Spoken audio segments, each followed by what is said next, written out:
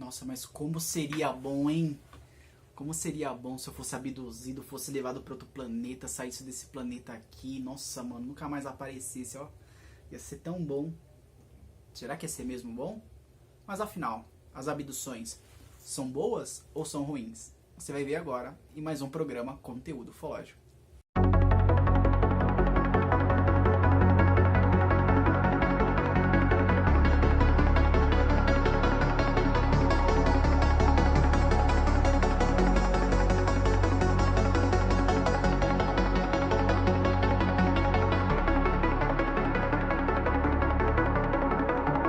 Fala pessoal, tudo bem? Muito beleza? Rafael na área para mais um programa Conteúdo Ufológico. E no programa Conteúdo Ufológico de hoje, vocês bem viram que a gente vai acabar falando sobre abduções, se são boas ou são ruins, né? Que nem eu falei, sou o Rafael, sou editor da revista Alfa, apresentador aqui do programa Conteúdo Ufológico. Se você chegou agora, você já sabe, deixa aquele like, já se inscreva no canal e compartilhe esse vídeo, porque vocês fazendo essa ação, isso quer dizer que vocês gostam desse tipo de conteúdo, então o próprio YouTube vai te recomendar mais os outros programas do conteúdo ufológico, assim como os outros conteúdos relevantes aqui da Cron TV e de canais semelhantes também, tá bom? Então, já chega aí fortalecendo, dando esse like, nos ajudando, que isso acaba nos ajudando demais mesmo. E no programa de hoje temos grandes novidades, temos mais 2 quadros novos. Eu já tinha lançado 2 quadros novos nos programas anteriores. Um era o Pergunte o que Quiser, que vamos ter hoje. E também tinha lançado o Rafael Entrevista. Rafael Entrevista vai acontecer toda segunda semana do mês, tá? Então toda segunda semana do mês eu vou trazer um convidado especial. A gente vai discutir sobre ou algum tema da ufologia ou vários temas ufológicos, vai ser bem interessante. Para quem perdeu o Rafael Entrevista anterior, eu entrevistei o Maurício Eloy, vou deixar aqui na descrição do vídeo o Rafael Entrevista, e já fica aí meu convite para você conhecer os programas anteriores aqui do conteúdo ufológico, tá bom? Então, vamos pro primeiro assunto do dia. Daqui a pouco eu falo aí das 2 grandes novidades, fiquem aí. Fiquem atentos, segurem-se nas cadeiras ou no sofá, onde você esteja assistindo, para você conseguir ver os próximos quadros que vão ser lançados aqui no programa de hoje. O programa hoje do conteúdo ufológico, então, vai seguir um novo formato. Então, qual que vai ser o novo formato? Vou pegar um tema, vou tratar ele brevemente e depois a gente vai para os outros quadros até a finalização do programa, tá bom? Então, vamos para o tema de hoje. Você já viu aí pelo título, que a gente vai ir pela introdução também, bem engraçada ou não, não sei, que eu fiz, que a gente vai falar sobre abduções. Mas afinal, as abduções é algo bom ou algo ruim? Então, primeiramente a gente precisa entender que as abduções não é um fenômeno que é muito antigo, igual muitas pessoas acabam apontando. Algumas pessoas acabam dizendo que como se as abduções fosse algo que acontecesse, sei lá, há centenas, sei lá, 100 anos, ou há centenas de anos, ou milhares de anos, e na verdade não é bem assim. As abduções é um fenômeno muito novo, é um fenômeno bem recente. Vamos entender que ela teve um início, talvez, ali na década de 50, mas acaba tendo, vamos dizer, um aumento desses casos na década de 70 em diante, ou uma representatividade maior na década de 70 em diante. Eu acho que para falar de abduções a gente precisa colocar alguns pontos, não dá para colocar todos aqui, porque a gente vai ter oportunidade até de falar de abduções em outros programas, e isso vai acontecer porque eu tenho um profundo interesse nas abduções, tá bom? Mas não dá para trazer tudo num programa só. Eu acho que isso daí já dá pra gente ter mais ou menos uma noção, ok? Mas assim, a gente precisa entender que primeiramente as abduções não é um fenômeno ocasional, né? Ou seja, que acontece uma única vez com a pessoa. Vou dar um exemplo aí de um caso clássico da ufologia, um Beth Barnhill, ou um caso de Travis Walton, por exemplo, que aconteceu o caso ali e pronto. Existem casos desse tipo, é claro, isso é evidente. No entanto, uma abdução, ela costuma acontecer com aquela testemunha mais de uma vez, tá? Na maioria das vezes fazendo parte da vida dela desde a infância até a fase final de vida, até o falecimento dessa pessoa. Ela acaba passando por alguns casos de abduções, né? Alguns processos de abdução. mas aí o fenômeno é recente, a pessoa não costuma ser abduzida uma única vez. Uma outra coisa que é interessante das abduções é que as abduções, ela não é um... Ela tem uma particularidade, ela acaba acontecendo dentro de um âmbito que é familiar. As abduções, ao que tudo indica, é um fenômeno que é hereditário, em sua maioria das vezes. O que eu estou querendo dizer? Por exemplo, você que está me assistindo, se você é abduzida, por exemplo, é muito suscetível que o seu filho ou sua filha também seja abduzida. As abduções, ela costumam acontecer também, em sua maior parte, com as mulheres, mas não quer dizer que o homem não seja abduzido também, né? Mas acontece mais com mulheres, tem uma situação hereditária, não é ocasional, então as abduções já tem não um padrão, mas já tem algumas configurações aí de próximas de um padrão, tá bom? Além disso, deixa eu ver o que mais que vale destacar além disso. Eu acho que também vale destacar, a partir da visão que eu tenho sobre as abduções, eu acho que vale mensurar também alguns pesquisadores que têm representatividade no entendimento do que seriam as abduções. Eu acho que não tem como falar de abduções sem falar do Buddy Hawkins. Buddy Hawkins, inclusive, é autor de um livro que também acabou se transformando num filme com o mesmo título do livro dele, que é o Intruders, ou seja, Intrusos. Buddy Hawkins teve uma grande representatividade no que se refere não somente a tratar e falar seriamente das abduções, mas também ele tem uma grande representação e um legado, por assim dizer, por ter colocado as abduções como as testemunhas das abduções como uma parte também central do estudo, né, e de que essas pessoas, elas precisam e merecem de uma atenção. Tanto que ele é criador de um grupo de apoio de abduzidos, ou seja, pessoas que eram abduzidas, elas se reuniam ali num encontro e elas relatavam suas experiências e eles conversavam e discutiam entre si ali sobre os casos, o que poderia representar. Era um grupo de autoajuda. Isso é bem interessante, que o Buddy Hawkins colocou como uma proposta e como um dos legados, e ele entendia que as abduções não era algo bom e que a gente precisava ter uma grande atenção de quais seriam as intenções por detrás desses seres, tá? Um outro pesquisador que tem uma grande contribuição é o John Mack. O John Mack, ele traz aí como um legado, por ele ter sido uma pessoa de uma grande universidade, no caso de Harvard, um grande professor na Universidade de Harvard, e ele se interessava pelas abduções, tanto que isso acaba chocando muito a comunidade científica, e a comunidade científica, cai matando em cima dele, por assim dizer, né? Porque como que pode um professor de Harvard querer pesquisar abduções alienígenas? Isso é um absurdo, né, na mente deles, né? Mas aí o Buddy Hawkins deixa como legado justamente essa coragem de se expor e de pesquisar esses casos. Ele acaba não conseguindo ter uma contribuição ainda maior quanto ao pensamento das abduções, pelo infeliz falecimento dele, né? Pela fatalidade do falecimento dele, ele acabou não conseguindo ir muito além, mas algo que ele traz aí como uma ideia que, de certa forma, até bem discutível, principalmente por parte de outros pesquisadores das abduções, é que ele entende que as abduções também têm como propósito uma expansão da consciência. Ele estava começando aí um pouco nesse caminho, mas ele também tinha outros entendimentos, mas com o falecimento dele, acho que a gente perdeu um pouco do que ele poderia chegar e contribuir e entender sobre isso, né? Um outro pesquisador que vale citar bastante aqui é o próprio Mário Rangel. Mário Rangel, que inclusive eu tive a grande oportunidade de entrevistar ele, né? Infelizmente não foi uma entrevista em vídeo, porque por uma questão particular ele infelizmente não consegue fazer uma entrevista gravada, né? Ou até antes da pandemia, porque foi antes da pandemia que eu fiz essa entrevista com ele.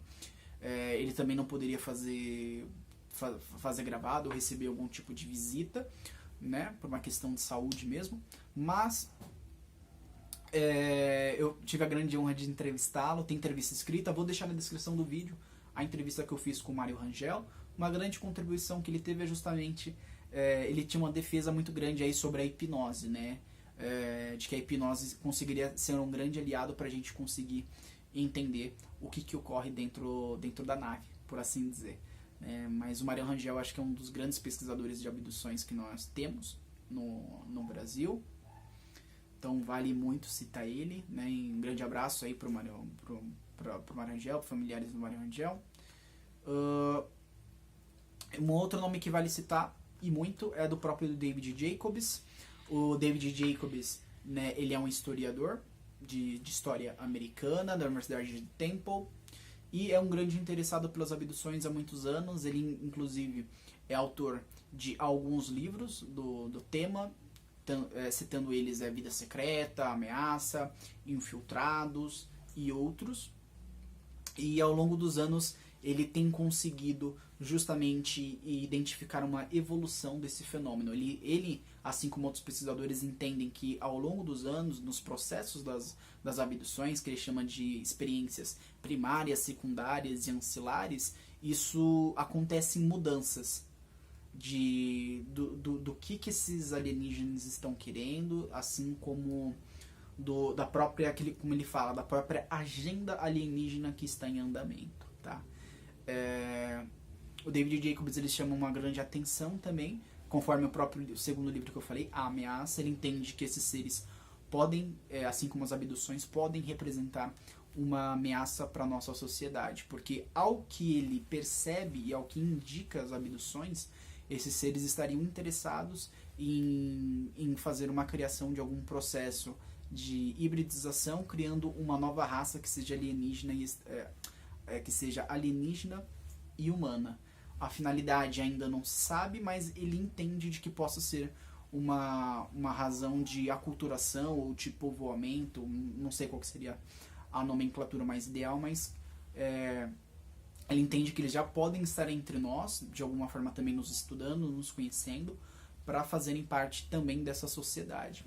Não sei se ele pode estar certo quanto a isso, mas de qualquer forma, uma coisa que o David Jacobs traz é que ele traz muita seriedade no que ele pesquisa. É uma pesquisa de muitos anos, então a gente precisa também ter uma atenção e considerar essa pesquisa do próprio David Jacobs, que é um trabalho muito sério, assim como dos demais, mas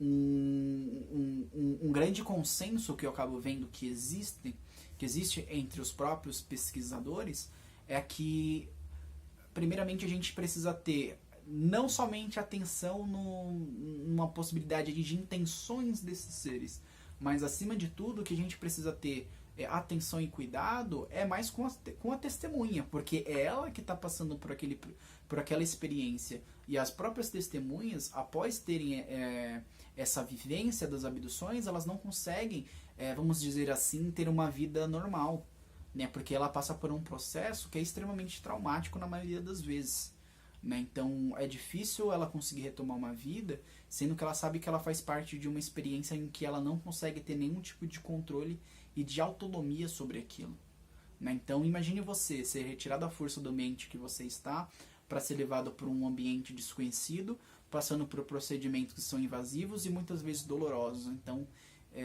isso não é bom. Isso não é bom. Até já fica a minha resposta se as abduções são boas ou não. Eu entendo que não, porque nada que é forçado, ao meu ponto de vista, sociologicamente falando, ele é algo que possa ser positivo, né? Seja o que seja da sua vida. Qualquer coisa que seja feito contra a sua vontade não é algo que vai te beneficiar, seja no âmbito psicológico, mental, físico ou qualquer coisa nesse sentido, né? Além do mais, que nós não sabemos qual que é o propósito das abduções. Nós temos, vamos dizer que pistas, mas certezas assim não há tantas. Eu acho que ainda existem lacunas, existem ainda oportunidades que a gente precisa trabalhar e ir investigando. Até eu fico um pouco preocupado de qual que vai ser o futuro da ufologia, se vão ter pessoas que também vão dar essa continuidade no trabalho, né? Assim como foi dado a quantidade de trabalho do Buddy Hawkins e do John Mack, né? Nós não sabemos se vão ter outros David Jacobs ou outros Mário Rangel, né? Então é algo que também acaba nos preocupando, essa continuidade do processo de estudo, mas, ao meu modo de ver, nada indica que as abduções sejam boas. Mas eu entendo não sendo boas por esse ponto de vista da testemunha, que ela passa por um processo que não é bom. É um processo que ela não gostaria de passar, né? Se você conversar com qualquer pessoa que passou por algum tipo de processo de abdução, de fato, você vai dizer que se ela pudesse escolher não ter e ter essa experiência, ela escolheria não ter. Outra coisa que vale citar, que eu estou falando de casos de abdução, porque podem vir pessoas querendo falar sobre situações de contatismo, né, ou de contatados, pessoas que dizem entrar em contatos com extraterrestres quando querem, ou que recebem mensagens, ou que têm ou tiveram contatos que são amigáveis com esses seres. Assim, há alguns casos de situações de contatos que são, entre aspas, amistosos, mas são casos que são extremamente raros dentro da ufologia. Né? Os maiores casos mesmo de contato são dentro desse padrão de abduções. E as abduções, dá para se entender de que por mais que tenha participação de outros seres, de outras espécies, elas são mais conduzidas por uma única, que são chamados Greys. E que, repito, ao que tudo indica, não seja algo que seja bom ou algo que seja benéfico, né, para nossa espécie. Aparentemente está querendo beneficiar somente uma, que não é a nossa, é a deles, tá? Mas a gente precisa ter uma grande atenção e saber separar essa questão de abduções e de contatismo, até mesmo porque a maioria desses casos de contatismo, de contatados, são casos que são muito questionáveis para não dizer que a maioria deles são casos que na verdade não tem credibilidade alguma, não tem nenhuma evidência, não tem, na verdade eles têm mais uma proximidade com um fenômeno mais messiânico ou ufólatra. Para quem quiser entender um pouco mais isso que eu estou dizendo, vale muito assistir um vídeo que eu fiz, acho que foi o segundo, se eu não estiver enganado, que é sobre a ufolatria na ufologia, as falsas informações na internet.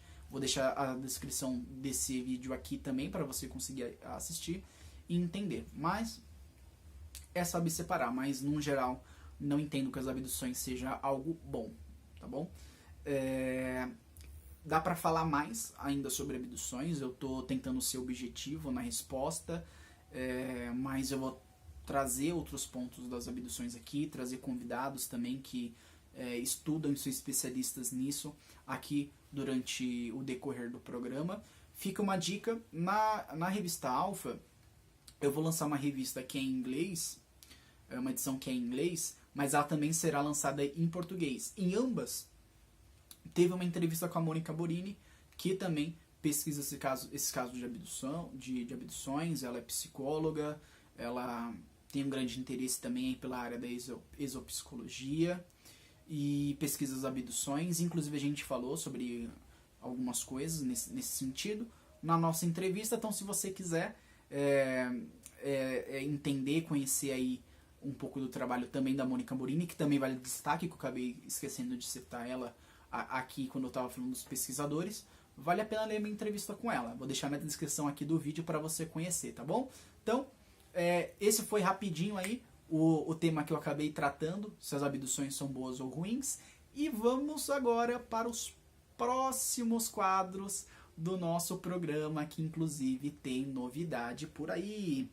E a primeira novidade é o quadro Aconteceu na Ufologia. No programa Aconteceu na Ufologia, o que eu vou fazer? Eu vou trazer alguma notícia que eu acho que seja relevante, seja dentro da ufologia, ou que seja fora da ufologia, mas tem a ver com o fenômeno ufológico, e que eu ache que vale destaque. Não quer dizer necessariamente que eu concorde com aquela notícia, ou com aquilo que está sendo exposto, mas eu entendo que é relevante para a gente conseguir trazer aqui, debater, discutir. Eu acho que super vale a pena, e é o caso da notícia de hoje. Não necessariamente eu concordo com tudo que foi exposto, mas é algo que a gente precisa colocar e merece destaque no Aconteceu na Ufologia. Tá bom? E nesse primeiro, teve um artigo sensacional que foi colocado aí pelo um pesquisador chamado Caleb Scharf, ele que é diretor de astrobiologia da Universidade de Colômbia, e ele escreveu um artigo para a Scientific American. A Scientific American, para quem não sabe, é uma das publicações científicas mais importantes que tem aí no mundo. Ela foi fundada, se eu não me engano, nos Estados Unidos. É uma das publicações também mais antigas científicas que tem no mundo. Acho que ela é de 1845, se eu não estiver enganado. Inclusive, a Scientific American já contou com a colaboração de alguns artigos de nada mais nada menos de um tal de Albert Einstein, que aparentemente foi muito inteligente.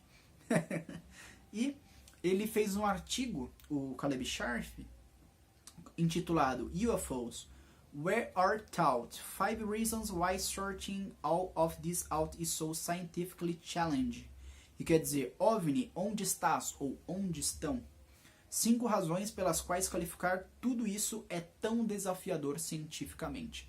O artigo dele ele foi mais baseado dentro do relatório que foi disponibilizado pelo Pentágono dos Estados Unidos, governo norte-americano, falando sobre os tais dos UAPs, né, que são os fenômenos aéreos não identificados, né, e são os OVNIs ou os UFOs, né. Então ele fez um artigo mais baseado nesses relatórios, tentando entender qual a dificuldade de a gente conseguir compreender e pesquisar esse fenômeno. Então ele colocou aí, dividindo em 5 razões, sendo ela a primeira a falta de replicação, ou seja, ele acaba apontando que pelo fenômeno UFO ele não ser testável, ou seja, você pegar ali um OVNI e conseguir pesquisar dentro de um laboratório ou replicar esse fenômeno de maneira exata, isso acaba também dificultando na pesquisa desse fenômeno.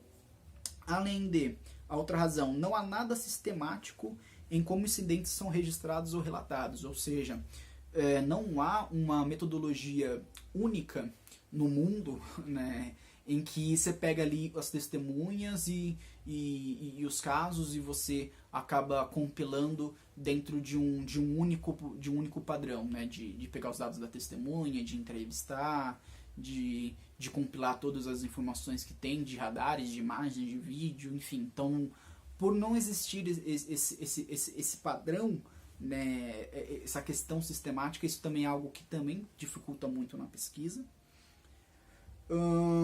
Não existe uma maneira fácil de contabilizar a seleção de dados, né? Isso ele acaba apontando também por ser uma questão da própria estigma dos pilotos, por exemplo.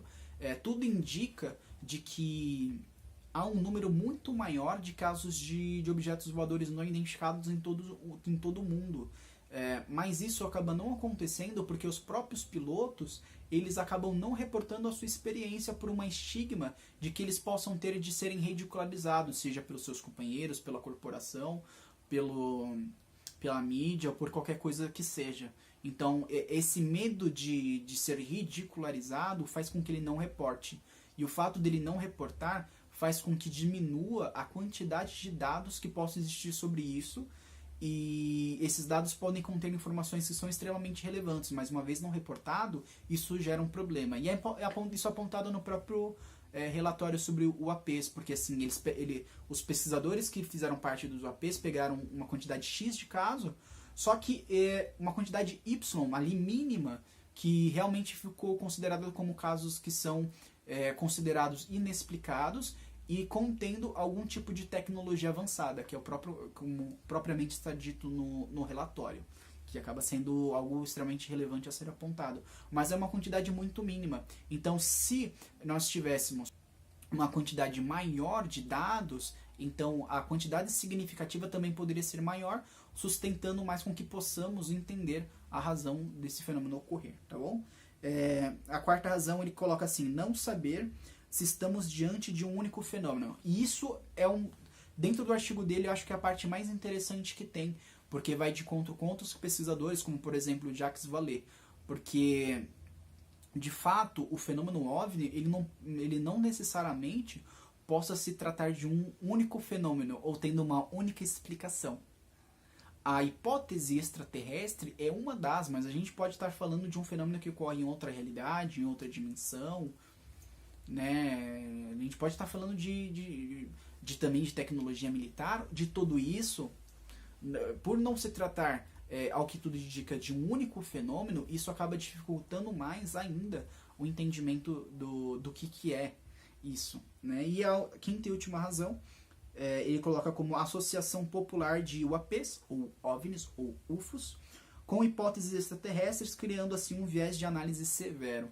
Ele acaba entendendo que a ventilação do fenômeno OVNI com uma proximidade com uma hipótese extraterrestre acaba atrapalhando ainda mais a pesquisa e também a quantidade de geração de dados a ser pesquisados. Ele acaba entendendo e colocando como uma exemplificação de que a própria comunidade ufológica atrapalha a pesquisa científica disso. Ele usa lá o estigma dos pilotos, né?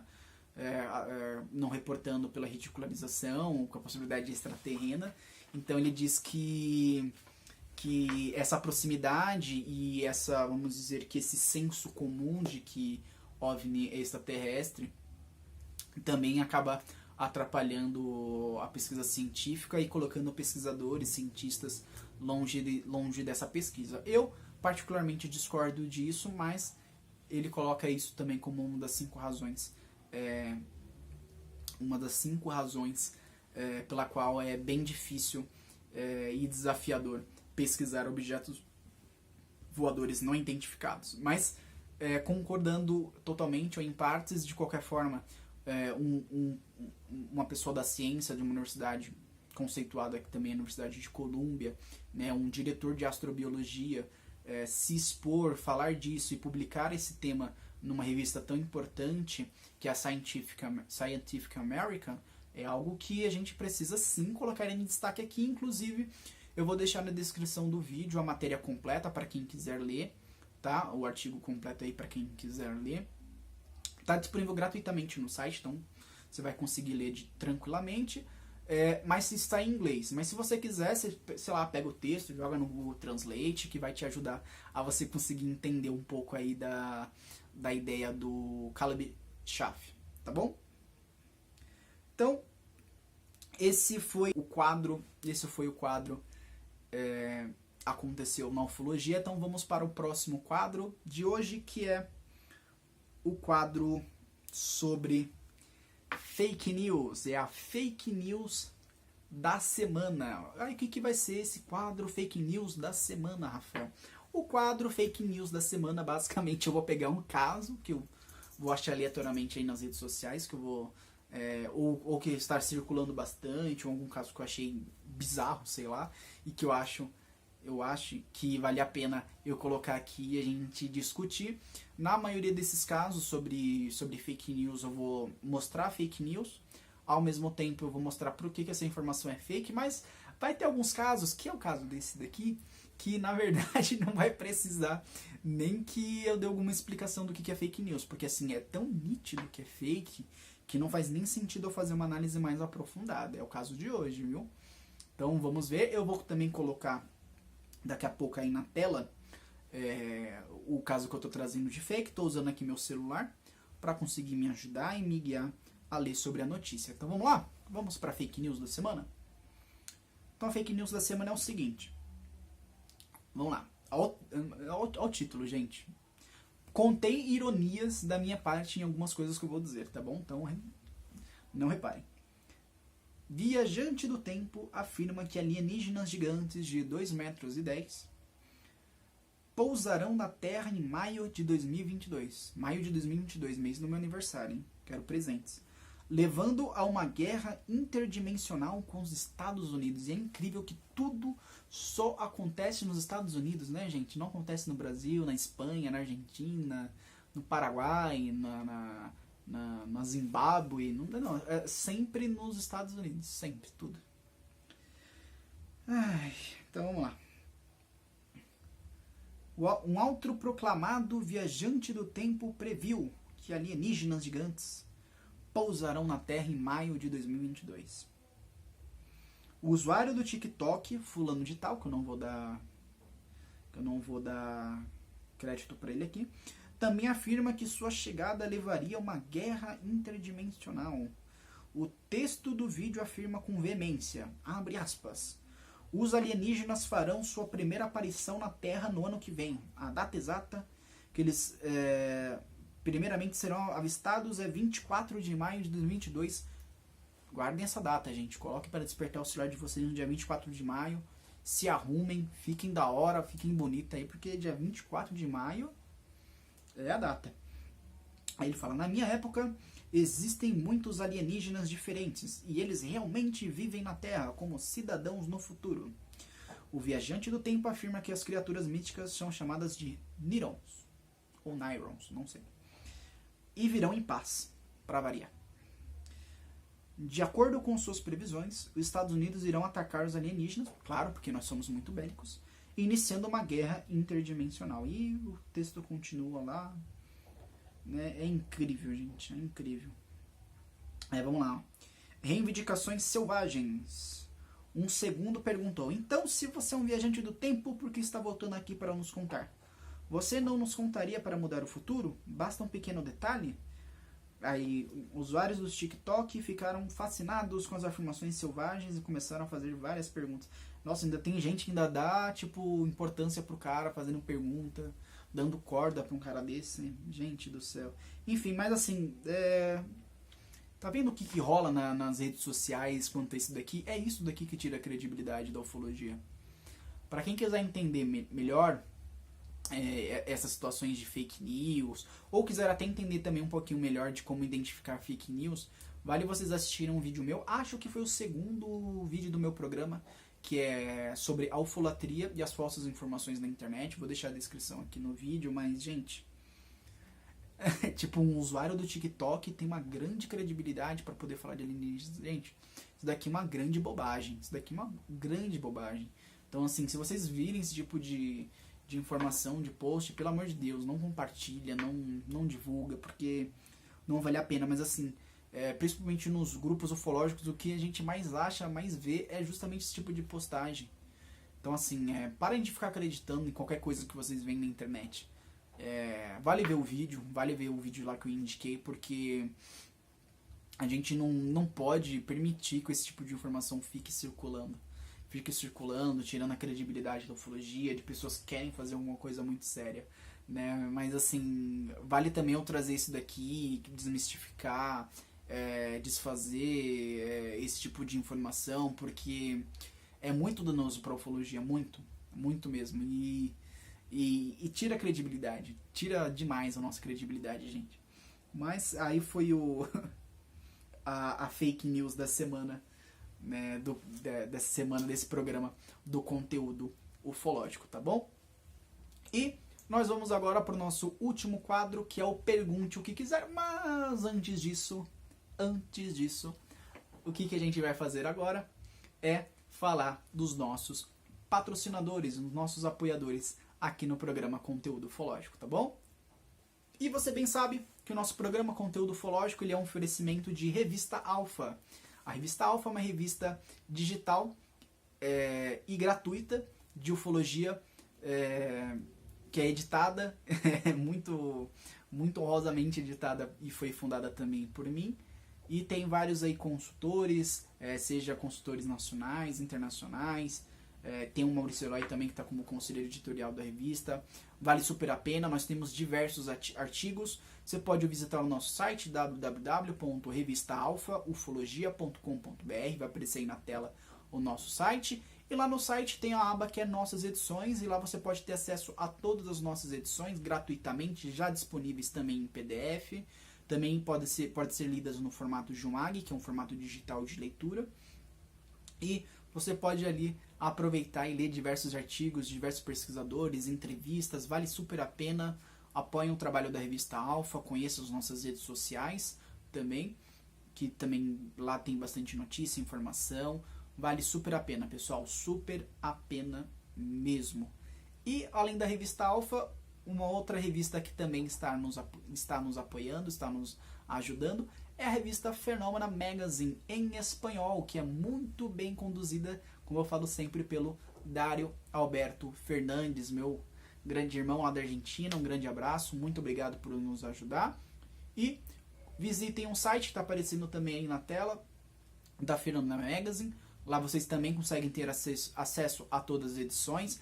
As edições também é gratuita. Eu sempre falo que a Fenômena Magazine é a cara da Cron TV. É a cara da Cron TV, porque tem artigos falando de ufologia, de paranormalidade, de espiritualidade, de mistérios aí do nosso passado, da nossa história. Então tem bastante variedade, vale super a pena. As edições são em espanhol, né? Então para quem tem facilidade em ler espanhol, né, vai valer demais a pena. Tá aparecendo o site aí na tela da Fenômena Magazine novamente. Meu muito obrigado por Dario Alberto Fernandes, sempre apoiando, me dando espaço. Inclusive recentemente ele deu espaço para colocar uma entrevista que eu fiz com o Felipe Mental lá na revista. Publicou um artigo também do próprio Maurício Eloy, que ganhou capa na edição lá. Vixe, fantástico. Grande abraço aí pro meu amigo Dario Alberto Fernandes. E já venho aproveitando o gancho aí, falando com os nossos apoiadores, dando uma dica de leitura ufológica do dia. É uma dica muito mais do que especial, porque é o livro Evidência, que é um projeto espetacular, sensacional, do ufólogo argentino que mora na Espanha, Danilo Lauria. O Danilo Lauria, nesse projeto do livro Evidência, que está aparecendo aí na tela para você, ele juntou mais de 80 pesquisadores, e nesse projeto, que ele dividiu em 5 livros, 5 obras, ele coloca a visão dos pesquisadores sobre o fenômeno. Então são 5 livros, foi lançada a primeira parte, tá? A primeira parte está sendo lançada pelo um valor simbólico de 99 centavos de euros. Então não sei quanto está o euro atualmente, mas não acredito que passe de 7 ou 8 reais, então bem baratinho. Você compra lá no Amazon, está disponível na Amazon, você compra, vem em formato ali de PDF, de leitura de Kindle também, enfim, em formato digital. Então é bem baratinho, comprem as 5 obras, já está disponível a primeira, mas é sensacional, são mais de 80 pesquisadores de 15 nacionalidades diferentes, é brilhante, e só tenho a agradecer porque eu faço parte também desse projeto. Tem um capítulo que é escrito por mim, que estará no 4º livro, a 4ª parte vai ter um capítulo que foi escrito por mim, então gostaria de agradecer muito ao Danilo Lauria. Vou deixar na descrição do vídeo aqui um link para vocês conseguirem comprar a primeira parte. Quando for sair as partes seguintes, vou dar destaque aqui também no programa Conteúdo Ufológico e nas minhas redes sociais. Apareceu lá no começo do vídeo, no final do vídeo e na descrição também vai conter as minhas redes sociais. Então me sigam nas redes sociais que vocês vão ficar por dentro dessas notícias de quando sair as próximas obras. É um projeto sensacional e a gente tem que apoiar esses projetos que são bons e que fazem bem para a ufologia não só brasileira, mas para a ufologia mundial. Então parabéns ao Danilo Lauria e sucesso com o livro Evidência. Então, acabamos falando, né, dos patrocinadores, e agora vamos para o último quadro do programa Conteúdo Ufológico, que é o quadro Pergunte o que quiser. Vocês perguntaram para mim nos programas anteriores e agora eu vou responder a pergunta de vocês, tá bom? A primeira pergunta é da Mônica Santos de Novaes, que ela pergunta o seguinte: por que você acha que os ETs têm tanto interesse no nosso sangue? Aliás, acredito eu que é o que mais eles se interessam. Na verdade, eu não entendo que esses seres tenham interesse no nosso sangue, tá? Eu acho que o interesse deles é muito mais complexo, muito maior do que isso. Acredito que o interesse deles está mais atrelado a uma questão sociológica. Eu acho que é um interesse maior em nós, enquanto sociedade, enquanto humanidade, tá? E não necessariamente no nosso sangue. Eu acho que o único caso que possa apontar algum tipo de interesse específico nisso, talvez seja o caso da Operação Prato. Inclusive, a própria mídia na época chamava esse fenômeno de chupa-chupa ou de luz vampira, porque quando as luzes atacavam essas pessoas, eles sentiam que como se estivesse sendo sugado, né? Sugado o sangue dessas pessoas, e ficava uma perfuração nelas, né? Entendendo-se que poderia ser uma retirada de amostra sanguínea. Acho que a única situação assim específica quanto a isso seja a Operação Prato. Se tiver outra eu não conheço. As abduções também que eu acabei falando um pouco antes, também tem um processo de retirada de amostra de algumas coisas, sanguínea também, mas não necessariamente que esse seja um interesse específico de alguma raça que esteja nos visitando. Não vejo dessa forma. A próxima pergunta da Verônica Nóbrega, que ela pergunta: como se tornar um ufólogo? Não há nenhum curso, nenhuma informação em ufólogo, longe disso, né? Mas assim, uma forma bem rápida e objetiva de falar. Para se tornar um ufólogo, você vai contribuir com a ufologia de alguma forma, e a comunidade ufológica, vamos dizer, que te aceita e te coloca em algum tipo de evidência ou de destaque, conhecendo ou colocando como um ufólogo ou uma ufóloga, tá? Mas não tem nenhuma formação específica para isso. Eu até aproveito e dou uma dica, assim, se você quer ser um ufólogo, não somente entenda ou leia coisas que estejam atreladas à ufologia, ou seja, um conhecimento de literatura ufológica, por assim dizer. Não. Se você já é de alguma área, se você é biólogo, se você é historiador, sociólogo, tenta trazer a sua visão, trazer um pouco para a sua área, isso daí já ajuda muito, tá? Mas assim, não se prendam somente à ufologia, porque o que dá base e alicerce para a gente entender o que é esse fenômeno é quando a gente estuda outras áreas.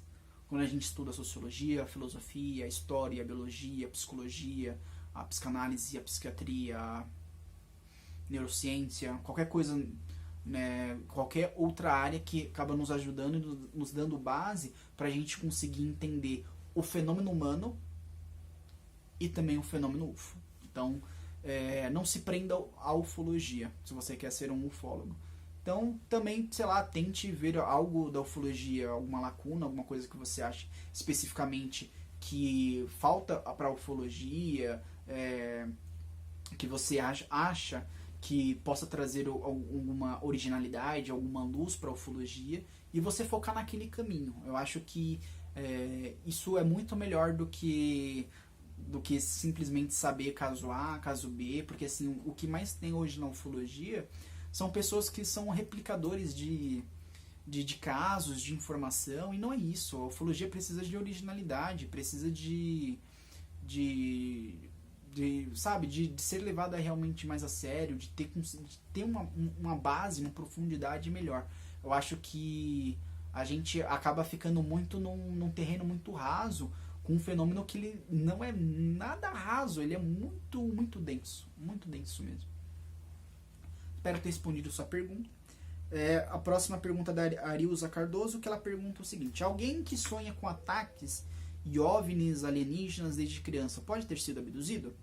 E também vê-los em projeção astral confirma a sua abdução?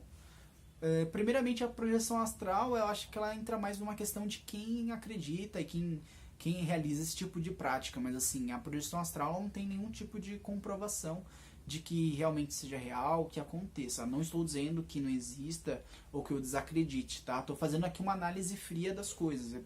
É isso que eu tenho que fazer, não é somente a minha opinião aqui, tá? Então assim, a projeção astral ela tem mais uma base para quem crê ou quem faz isso, e sobre a questão de ver ataques ou alienígenas em sonho. O sonho, ele não é uma representação da realidade de fato.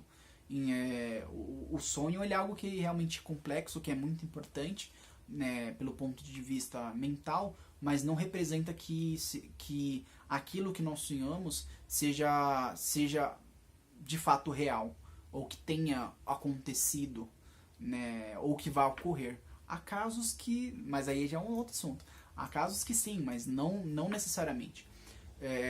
O fato de eu sonhar que estou tendo um contato com extraterrestres, ou que eu vi um OVNI, não quer dizer que eu seja abduzido. É interessante você perguntar isso, porque inclusive, ou hoje ou foi ontem, eu meio que sonhei com isso. Isso quer dizer que eu seja abduzido? Não, de forma alguma. Isso não quer dizer que eu seja abduzido. Quer dizer que, por fazer parte de algo que seja do meu interesse ou não, ou da minha, entre aspas, realidade, isso acaba sendo transferido por uma parte dos sonhos dentro do meu subconsciente, mas isso não quer dizer que isso seja real. Mas se você tem esse tipo de sonho que seja recorrente, talvez possa apontar que você tenha tido algum tipo de experiência. Talvez, mas assim, ainda assim a chance ela é mínima. Eu entendo que para uma pessoa realmente ela ter uma abdução, ela tem que ter outros ingredientes, ela tem que ter outros detalhes dentro da sua experiência de vida. Não sei se foi você, mas acho que sim. Quando você mandou essa pergunta no chat, você tinha me relatado que tinha tido uma experiência, aí já fora do sonho, dentro de uma realidade, de ter visto uma luz. Aí já é uma outra coisa, entende? Mas o fato somente de sonhar com isso não coloca como tendo uma abdução. Inclusive eu já vi ufólogos defendendo de que quem tem, já que a gente está falando de sonho, de que quem tem experiências de paralisia de sono também é um forte indício que essa pessoa seja abduzida. E eu discordo frontalmente disso, porque uma coisa não tem nada a ver com a outra, tá? A paralisia de sono é um fenômeno, vamos dizer assim, que é muito comum, é muito recorrente. Inclusive, a paralisia de sono, ela pode ser... ela pode ser realizada dependendo de algumas coisas que você possa fazer antes do sonho. Então, não tem nada a ver. Inclusive, eu já tive experiências de paralisia do sono e também, repito, não sou abduzido. Vamos lá.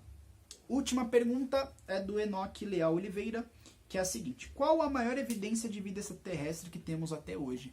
Cara, nós não temos uma evidência única sobre sobre a existência de extraterrestres. O que eu falo é que nós temos várias evidências, vários vestígios e indícios de que apontem para essa realidade extraterrestre, que são os documentos militares, que são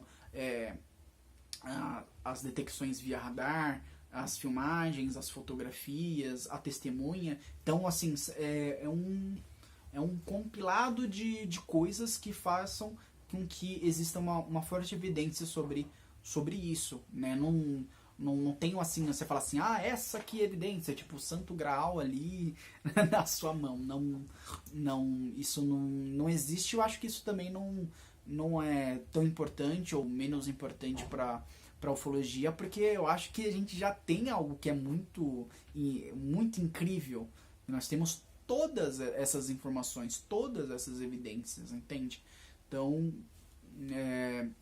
espero ter respondido a sua pergunta. Mas é basicamente isso. Tivemos aí as apresentações dos novos quadros. Se você gostou do programa de hoje, já sabe, deixa seu like, deixa aí o seu curtir, se inscreva no canal da Crono TV, compartilhe esse vídeo, que isso ajuda pra caramba a gente. E só tenho a agradecer, pessoal aí do chat, obrigado pro pessoal que estiver assistindo. Não se esqueçam, não deixem de deixar sua pergunta, que eu vou ler, vou escrever. E no próximo programa Conteúdo Ufológico, quem sabe a sua pergunta esteja aqui para que eu responda para você aqui no nosso programa, tá bom? Então é isso. Esse foi mais um programa Conteúdo Ufológico. Um grande abraço e até a próxima. Falou!